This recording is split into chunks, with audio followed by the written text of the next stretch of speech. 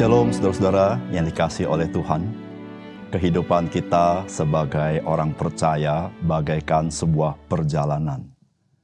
Dan perjalanan itu adalah perjalanan di dalam apa yang Tuhan inginkan. Sehingga kita boleh ada di dalam rencana Tuhan. Disitulah saudara-saudara kita menyadari betapa berharganya jalan hidup kita. Karena di dalamnya Tuhan sedang berkarya. Di tengah-tengah keterbatasan dan juga di tengah-tengah kefanaan. Tetapi ada nilai-nilai kekekalan di dalamnya. Salam jumpa dalam program Tuhan adalah Gembalaku. Saudara, setiap kita selalu menginginkan bahwa apa yang kita rencanakan itu berjalan sesuai dengan apa yang telah kita perkirakan, bukan? Jikalau semua berjalan sebagaimana rencana kita, maka kita anggap sebagai berkat dari Tuhan. Memang tidak salah jika kita menginginkan segala sesuatu itu berjalan dengan lancar dan sesuai rencana kita. Namun kita tidak dapat pungkiri, saudara-saudara, bahwa di dalam menjalankan kehidupan kita, tidaklah selalu sebagaimana apa yang kita harapkan. Ada kalanya, ada saja penghalang-penghalang yang menghambat, bahkan memaksa kita harus mengubah seluruh rencana kita. Saudara, bagaimana kita menilai hal yang sedemikian itu? Saudara, di dalam Alkitab kita mendapatkan bahwa ada tokoh-tokoh iman yang mengalami peristiwa yang seperti itu. Bahwa perjalanan hidup mereka tidak sesuai dengan rencana mereka. Apakah Tuhan tidak mengasihi mereka? Ternyata tidak. Tuhan sangat mengasihi mereka. Tuhan justru memberkati kehidupan mereka. Saudara, mari kita membaca firman Tuhan dari Kisah Rasul pasal 9 ayat 1 sampai 18. Sementara itu berkobar-kobar hati Saulus untuk mengancam dan membunuh murid-murid Tuhan. Ia menghadap imam besar dan meminta surat kuasa daripadanya untuk dibawa kepada majelis-majelis Yahudi di Damsyik.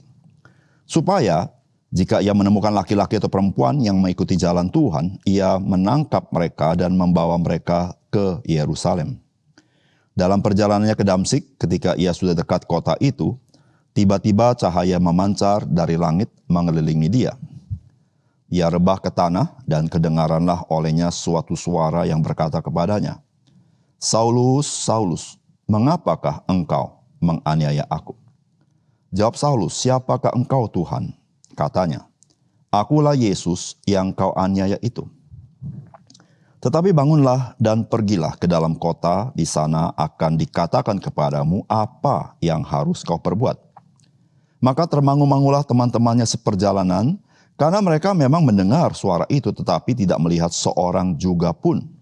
Saulus bangun dan berdiri lalu membuka matanya, tetapi ia tidak dapat melihat apa-apa. Mereka harus menuntun dia masuk ke Damsyik. 3 hari lamanya ia tidak dapat melihat dan 3 hari lamanya ia tidak makan dan minum. Di Damsyik ada seorang murid Tuhan bernama Ananias. Firman Tuhan kepadanya dalam suatu penglihatan. "Ananias," jawabnya, "Ini aku, Tuhan." Firman Tuhan, "Mari, pergilah ke jalan yang bernama Jalan Lurus dan carilah di rumah Yudas seorang dari Tarsus yang bernama Saulus. Ia sekarang berdoa." Dan dalam suatu penglihatan ia melihat bahwa seorang yang bernama Ananias masuk ke dalam dan menumpangkan tangannya ke atasnya supaya ia dapat melihat lagi. Jawab Ananias, "Tuhan, dari banyak orang telah kudengar tentang orang ini, betapa banyaknya kejahatan yang dilakukannya terhadap orang-orang kudus-Mu di Yerusalem. Dan ia datang kemari dengan kuasa penuh dari imam-imam kepala untuk menangkap semua orang yang memanggil nama-Mu. Tetapi firman Tuhan kepadanya, Pergilah, sebab orang ini adalah alat pilihan bagiku untuk memberitakan namaku kepada bangsa-bangsa lain, serta raja-raja dan orang-orang Israel. Aku sendiri akan menunjukkan kepadanya betapa banyak penderitaan yang harus ia tanggung oleh karena namaku." Lalu pergilah Ananias ke situ dan masuk ke rumah itu. Ia menumpangkan tangannya ke atas Saulus, katanya, "Saulus, saudaraku, Tuhan Yesus yang telah menampakkan diri kepadamu di jalan yang engkau lalui, telah menyuruh aku kepadamu supaya engkau dapat melihat lagi dan penuh dengan Roh Kudus." Dan seketika itu juga seolah-olah selaput gugur dari matanya, sehingga ia dapat melihat lagi. Ia bangun lalu dibaptis. Saudara yang dikasihi oleh Tuhan, Saulus adalah seorang Yahudi yang sangat anti dengan kekristenan karena dia berpegang teguh kepada agama Yudaisme. Saudara, dia secara khusus pergi ke imam besar untuk mendapatkan surat kuasa agar dia pergi ke Damsyik. Di sana dia bisa berjumpa dengan majelis orang-orang Yahudi di sana. Jikalau dia mendapatkan ada orang-orang percaya yang disebut sebagai orang-orang pengikut jalan lurus, dia boleh menangkapnya, baik laki-laki atau perempuan. Namun saudara-saudara, dalam perjalanannya menuju ke Damsyik, terjadi sebuah peristiwa yang membuat seluruh rencana Saulus berubah total. Bukan saja rencana Saulus berubah total, seluruh kehidupan Saulus berubah total. Saudara, apakah pesan firman Tuhan bagi kita hari ini? Yang pertama, Tuhan Yesus mengintervensi kehidupan kita karena Ia mengasihi kita. Saudara, firman Tuhan berkata begini, dalam perjalanannya ke Damsyik, ketika ia sudah dekat kota itu, tiba-tiba cahaya memancar dari langit mengelilingi dia.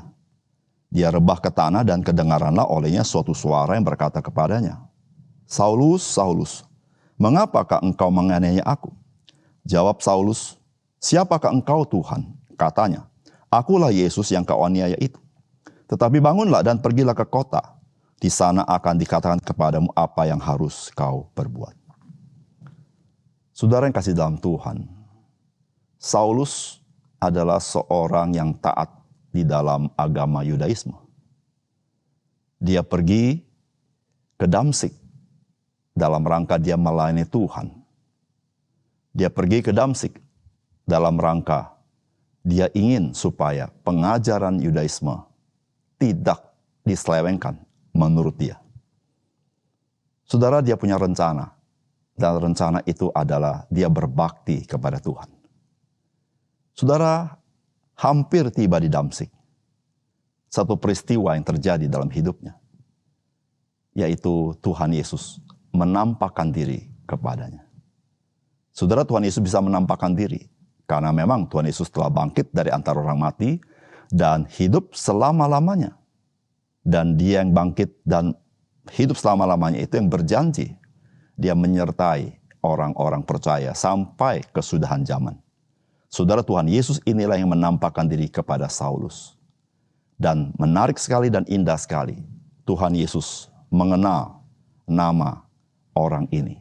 Oleh karena itu Tuhan Yesus memanggil namanya, Saulus, Saulus, mengapa engkau menganiaya aku? Saudara yang dikasihi oleh Tuhan, karena dia hidup, maka dia mengenal nama kita sampai hari ini. Saudara, Saulus tidak kenal siapakah Tuhan Yesus. Oleh karena itu Saulus bertanya, siapakah engkau Tuhan? Maka jawaban Tuhan Yesus yang sangat-sangat menyentuh hati adalah, Yesus mengatakan kepada Saulus, akulah Yesus yang kau aniaya itu. Saudara yang dikasihi oleh Tuhan, ketika orang percaya mengalami penderitaan, penganiayaan karena nama Yesus, maka sesungguhnya Yesus Kristus turut menderita bersama-sama dengan kita. Itu yang Yesus katakan, akulah Yesus yang kau aniaya itu. Saudara yang dikasihi oleh Tuhan, Saulus mengalami intervensi Tuhan Yesus. Saudara, siapakah pada zaman itu yang berani mengintervensi Saulus? Apakah ada orang Kristen yang berani? Seperti Simon Petrus? Saudara, tidak ada yang berani. Karena Saulus kekeh dengan agamanya. Dan dia setuju Stefanus dihukum mati. Tetapi saudara, Tuhan Yesus, dia intervensi kehidupan Saulus. Bukan karena Tuhan Yesus ingin menghukum dia. Meskipun Saulus berdosa kepada Tuhan Yesus dengan menganiaya orang Kristen. Tetapi Tuhan Yesus mengintervensi karena Tuhan Yesus sangat mengasihi Saulus. Saudara, disitulah saudara, Saulus yang punya misi tertentu dari keinginannya, dari ketaatannya, dari pelayanannya, sekarang berubah karena dia menyaksikan akan Yesus Kristus yang menampakkan diri kepadanya. Saudara, dia masuk kota Damsyik untuk menangkapi orang percaya. Namun sekarang dia masuk kota Damsyik dalam keadaan buta. Dan dia dapat melihat melalui pelayanan seorang percaya, yaitu Ananias. Dan setelah itu saudara, dia bukan saja celik mata jasmaninya, tetapi dia menjadi orang percaya yang penuh dengan kasih, memberitakan kasih Tuhan. Tidak lagi dengan penuh kekejaman. Dia rela menderita, tapi dia tidak membalas kejahatan dengan kejahatan, tetapi dengan penuh kasih melayani orang-orang yang mungkin menghina dia, mungkin menganiaya dia. Saudara yang kasih dalam Tuhan, satu perubahan hidup yang radikal terjadi melalui intervensi Yesus Kristus. Sehingga hidup Paulus, yang dulu namanya Saulus itu, menjadi hidup yang berharga dan menjadi berkat sampai hari ini. Yaitu karena kasih Kristus yang mengubahkannya. Saudara yang kasih dalam Tuhan, mungkin engkau mempunyai rencana tertentu dalam hidupmu. Saudara, ketika Tuhan Yesus intervensi hidupmu, saudara percaya, Dia sangat mengasihi engkau. Berjalanlah sesuai dengan perintah, nasihat, bimbingan Tuhan Yesus. Dan engkau akan melihat hidupmu diubahkan oleh Tuhan. Dan engkau hidup di dalam rencana Tuhan. Yang kedua, saudara, betapapun sulitnya apa yang Tuhan Yesus perintahkan kepada kita, mari kita taati Dia. Karena Tuhan Yesus bekerja melampaui apa yang kita pikirkan. Saudara, firman Tuhan berkata begini, firman Tuhan, mari pergilah ke jalan yang bernama jalan lurus dan carilah di rumah Yudas seorang dari Tarsus yang bernama Saulus. Ia sekarang berdoa. Dan dalam sebuah penglihatan ia melihat bahwa seorang yang bernama Ananias masuk ke dalam dan menumpangkan tangannya ke atasnya supaya ia dapat melihat lagi. Jawab Ananias, Tuhan, dari banyak orang telah kudengar tentang orang itu, betapa banyaknya kejahatan yang dilakukannya terhadap orang-orang kudusmu di Yerusalem. Dan ia datang kemari dengan penuh kuasa dari imam-imam kepala untuk menangkap semua orang yang memanggil namamu. Tetapi firman Tuhan kepadanya, pergilah, sebab orang ini adalah alat pilihan bagiku untuk memberitakan namaku kepada bangsa-bangsa lain serta raja-raja dan orang-orang Israel. Aku sendiri akan menunjukkan kepadanya betapa banyak penderitaan yang harus ia tanggung oleh karena namaku. Saudara, pada masa itu siapa yang tidak kenal Saulus? Saudara, orang-orang percaya sangat kenal Saulus karena kekejamannya, termasuk Ananias. Saudara, ketika Tuhan berbicara kepada Ananias untuk berjumpa dengan Saulus, saudara, dari kata-kata Ananias kita tahu kecenderungan Ananias menolak karena dia gentar.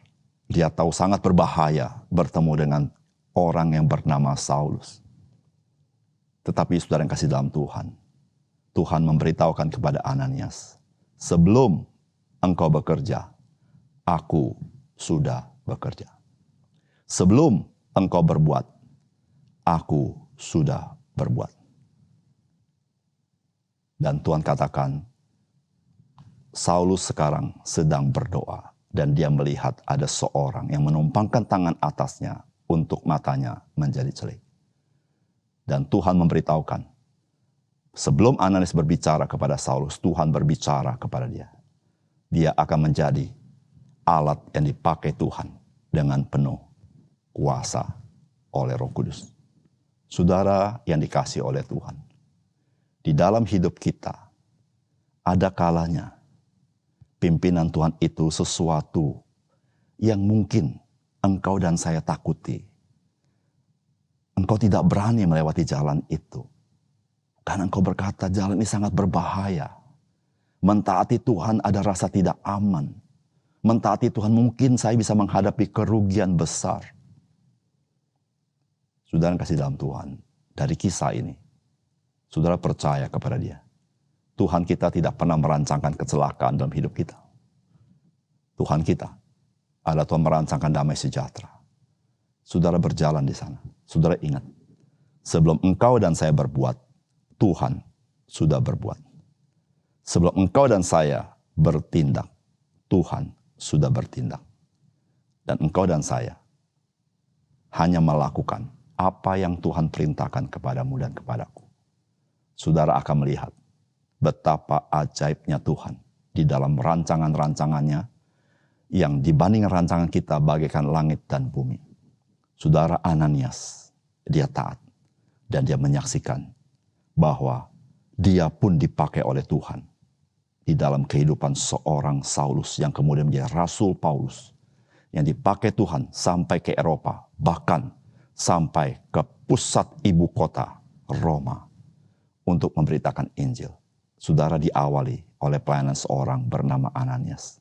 Karena Ananias taat. Saudara, kita tidak tahu bagaimana Tuhan akan memakai hidup kita dengan begitu indah dan begitu hebat. Kecuali engkau dan saya berkata, Tuhan saya percaya. Aku di sini, aku mau melakukan dan aku percaya akan pimpinanmu. Mari kita berdoa. Bapa surga, terima kasih untuk kebenaran firman Tuhan. Berkati firman-Mu, biarlah dari kisah yang kami baca ini, kami percaya 100% akan kasih Tuhan ketika Tuhan mengintervensi kami. Tuhan tidak merancangkan kecelakaan, tetapi Tuhan ingin mengajar kami. Tuhan ingin memperlihatkan betapa ajaibnya Tuhan Yesus dalam hidup kami. Berkati firman-Mu, dalam nama Tuhan Yesus kami berdoa. Amin.